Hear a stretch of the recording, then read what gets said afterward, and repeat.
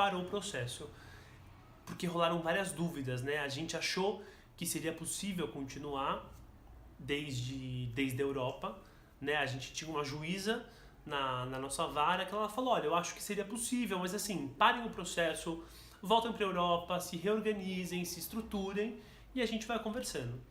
E a gente foi muito com uma expectativa, achando que uma vez que a gente tivesse trabalho, a gente falasse, olha, vamos lá, dá para voltar com o processo agora? E para nossa surpresa, não rolou.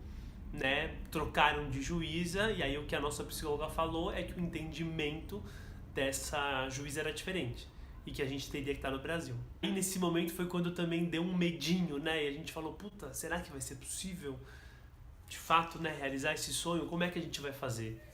Eu acho que esse foi o momento mais difícil. Perguntaram também sobre o perfil da criança, né? Se é os candidatos que escolhem esse perfil, a idade da criança.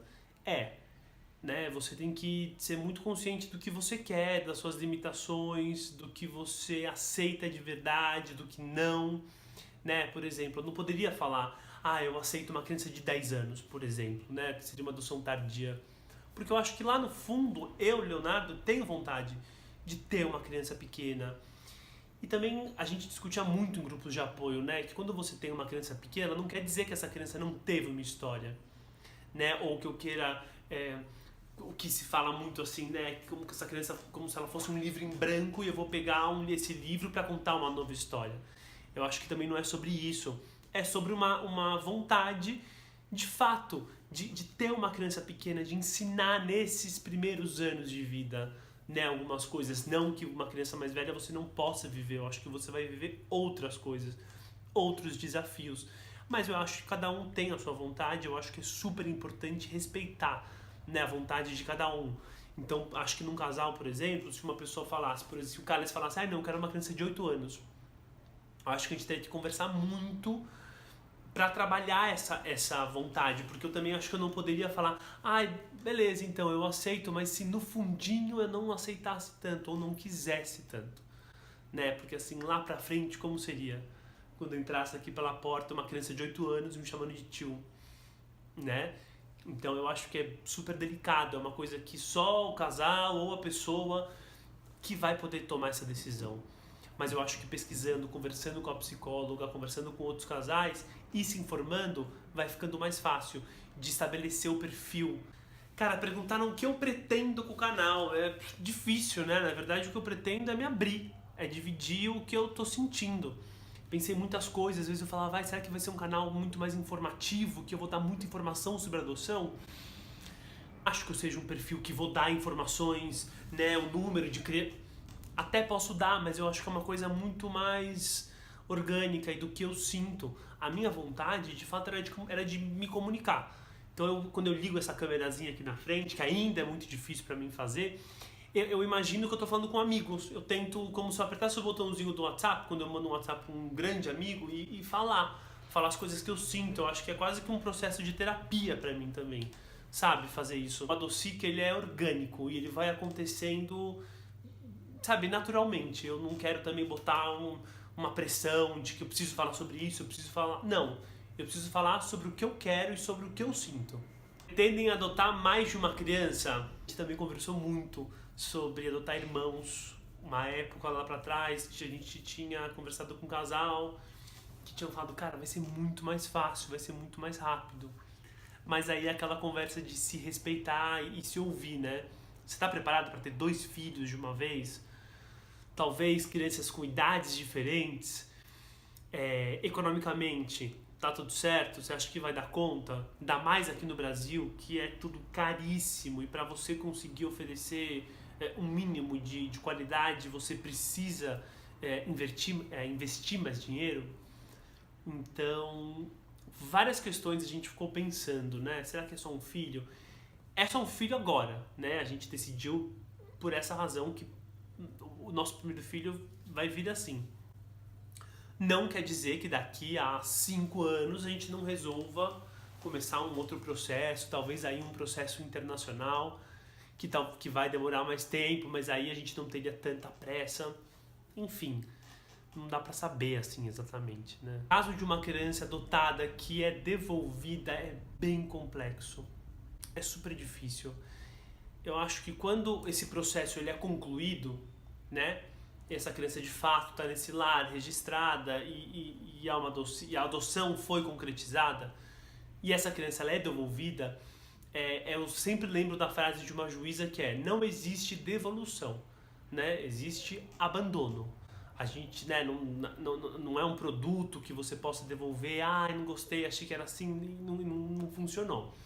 Né, assim como você não pode fazer isso com um filho biológico, né? Nossa, chora muito. Vou devolver pra quem também? Não tem nem pra onde devolver. Na adoção é a mesma coisa. Você tem um tempo de adaptação, né? Até a conclusão da adoção, você tem a guarda provisória. Então, durante esse período, se de fato, por razões X, Y ou Z, vocês não se adaptarem, sim que existe a possibilidade de você não seguir com o processo, né, em direção à conclusão. Então é possível, mas eu acho que se isso acontece, algo falhou, né? Algo falhou no assistente social, que talvez não viu em você, né, essa falha porque você não quer, ou no psicólogo, que também não conseguiu detectar exatamente por que você não vai continuar com esse processo. Eu acho que são casos muito tristes e eu imagino que para o fórum seja um grande problema e um grande momento de reflexão quando essas crianças são devolvidas, sabe? Essa pergunta é boa também, se a criança pode vir de qualquer estado ou só da onde você mora. Quando você preenche o cadastro da criança, você escolhe quais regiões do país você aceita que ela venha. Você tem todos os estados, então é importante pensar bem também a sua disponibilidade de se deslocar até um outro estado. Enfim, o Brasil é tão grande, é tudo tão longe, que eu acho que é importante ser bem realista. Por exemplo, se você colocar, eu que sou de São Paulo, coloquei, por exemplo, que eu aceito Rio de Janeiro, aceito Bahia como o destino mais longe. Com esses dados, eu estou dentro do Cadastro Nacional de Adoção, né, que justamente é um cadastro que foi criado para facilitar unir todos esses dados em todos os estados do Brasil. Então, se uma criança de São Paulo tem o perfil de um casal da Paraíba, eles conectam, enfim, essa informação. Mas é importante também lembrar que a prioridade sempre vai ser da sua comarca e dessa região. Então, por exemplo, eu sou de São Paulo, da Vara Central, eu tenho prioridade para as crianças dessa região. Assim como em Vitória, por exemplo, os pretendentes à adoção de Vitória têm preferência para as crianças desse estado. Entendeu? Então, quando se esgotaram essas possibilidades, é quando começa-se a cruzar os dados de todos os estados. O processo de adoção no Brasil é muito mais rápido do que na Europa, sem sombra de dúvidas, e a gente pesquisou muito quando a gente estava lá. O que acontece é que na Europa não existem tantas crianças disponíveis para adoção. Esse número grande de crianças que a gente tem aqui no Brasil para adoção, ele só existe porque existe um grande problema social, né? Então, de fato, se você for para a Dinamarca, onde essa diferença ela não existe, não tem crianças para adotar, né? Então, eu acho que é importante, enfim, ter essa noção, né, que é um problema social.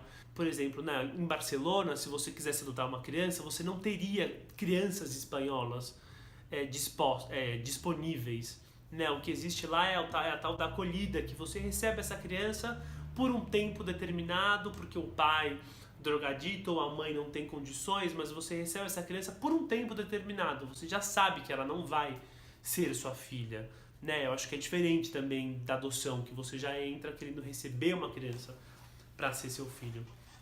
Então, na Europa, a demora ela acontece porque é sempre uma relação de países.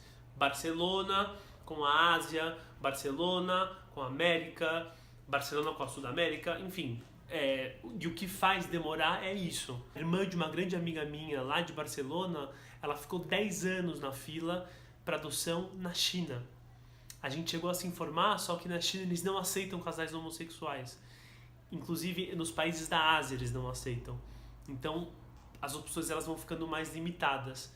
Aí quando a gente pesquisa no Brasil, que um perfil, sei lá, de 0 a 4 anos, que aceite doenças tratáveis, a espera pode ser de 3 e 4 anos, pra gente parecia super rápido, né? E dependendo do perfil que você coloque, vai ser mais rápido. Então eu acho que a adoção aqui, ela Ela é mais fluida, com certeza. Se você é novo no canal, já se inscreve, ativa a notificação e comenta, manda mensagem e divulga pra quem você achar que esse conteúdo é interessante. Beleza? Ai, cadê a gatinha? Gente, essa é a Antônia, tá? Pra vocês conhecerem. E a gente se vê semana que vem com mais um vídeo. Até lá!